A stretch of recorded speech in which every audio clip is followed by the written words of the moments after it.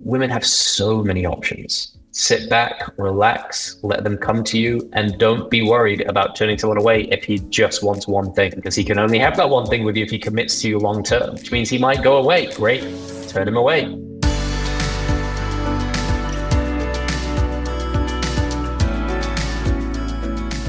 So there's a verse of the Quran that talks about how married spouses are like clothing for one another, right? Like your garments that you clothe each other, meaning there are things, and what does clothing do? It shelters you, protects you from the elements. It keeps things private that you want to be kept private, right? It's very intentional. And so there's this beautiful metaphor that marriage is you're like clothing for one another. And the superpower, the thing that a woman can bring to a man, which will mean that he just can't go to another woman, is when she becomes his clothing, literally. And he does the same for her. He's meant to do the same for her. But it's like he can tell her all of his secrets, and she's not, including all the dark stuff and the bad stuff, and she's not going to reveal it to other people.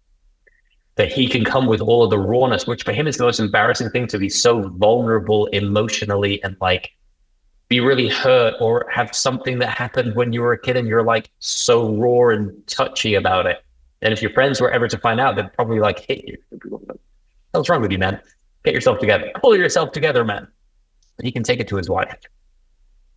And if she can comfort him through it, because she's got the emotional maturity, because she's got the tools, because she's mastered things like the inner salam method, or prophetic presence is another one, or the psychological search, which we didn't get to talk about yet. But if she can learn these kinds of things and bring it to him, and here's the thing, any personal development seminar anywhere in the world, of the majority of the audience, men or women, we all know the answer, right? 80, 90% women. Right. 80, right? Including my events, including my coaching, it's always 80, 90% women. And I like the way, one way of thinking about that is because, well, obviously women are smarter, everybody knows that. But it's the one who's getting the personal development, the one who's getting the spiritual training. They're on the cutting edge of consciousness in that family. They're the ones who are getting the downloads. They're the ones who are sharp enough, who are emotionally intelligent enough, spiritually intelligent enough to realize what's going on. So that's why I'm saying it goes both ways.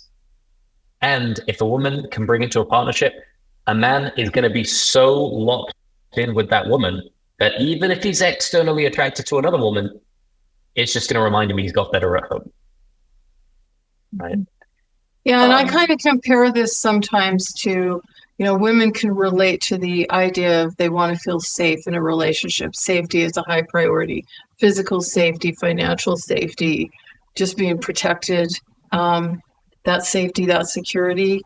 And men need safety too, but I believe it's more the emotional safety. And I think sometimes women don't fully realize how vulnerable a man can be when he lets her see that side of himself that maybe he doesn't let anyone else in the whole world see. Yeah. And one of the big problems is oftentimes he doesn't let his wife see because he thinks there's going to be judgment, and because there will be judgment, right?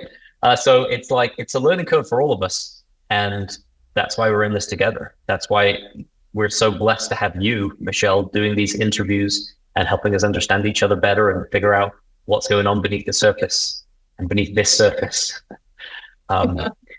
There was one other funny metaphor. There's someone who you should interview, maybe not for this series because you're interviewing men, but there's a really smart woman who's a relationship coach, and her name's Annie Lala. I don't know if you know her, but so she had this great metaphor, and it's something that's so obvious.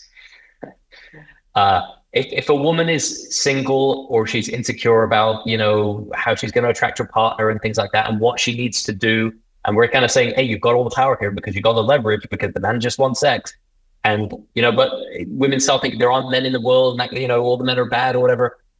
And a big question is, especially with apps and things like that, oftentimes women think that they need to take forward action and be more, go out and get the man and that kind of thing.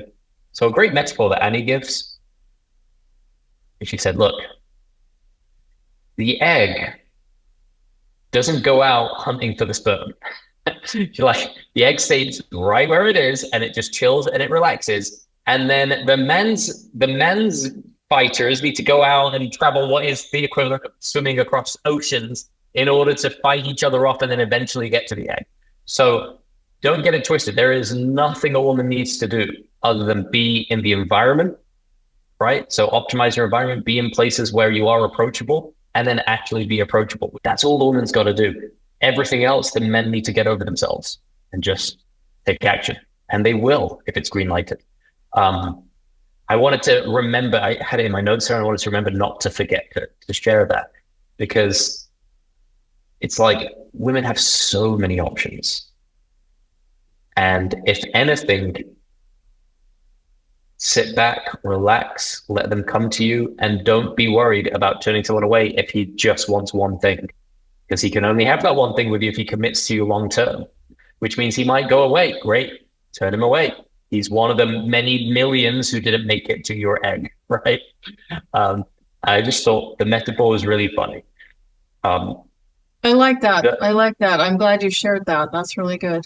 Well, I really appreciate you sharing, and I want to give you a chance, of course, to share a little bit about your class that we're going to link in the description here. And this will be out there available indefinitely.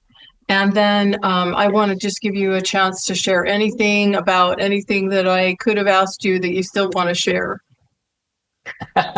Great. Well, thank you for giving me so much space. I think I shared everything that I wanted to. If there was anything else, I would just say to not underestimate the importance of your own level of consciousness, your own level of presence. Presence is the most attractive quality. It attracts things and people to you more than anything else, right? And all these things are like overcoming your emotional baggage and everything. It just leads to you being in a place where you can be present the whole time. The whole psychological switch that I teach is a way of understanding how the mind works, which leads to a greater level of presence without you trying, right? And that's one of the things that is shared in the masterclass. The masterclass is called Meet Him and Marry Him. It's something that I've been coaching and teaching women for about 15 years now.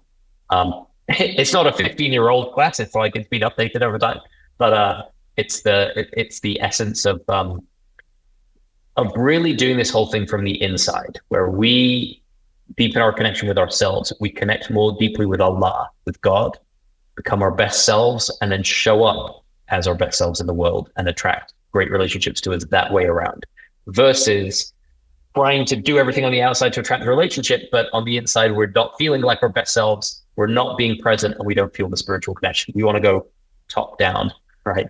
From spiritual connection to naturally attracting relationships. And that's kind of the idea behind the whole approach. Yeah. Well, as you can see, even though Mamoon is very humble and said we'd have to dig for the wisdom, you can tell he has a lot of wisdom here. And I know that for many of you, listening to his class would be incredibly valuable. So be sure to click on the link and check that out. And Mamoon, I really want to thank you. It's been so much fun chatting with you, and I appreciate your willingness to contribute to my work and to my book. And I hope our paths cross again soon. Thank you. Yeah, it's an honor and a privilege for me to serve.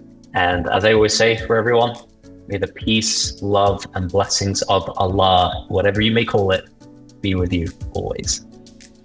Thank you, everybody. And thank you so much for watching.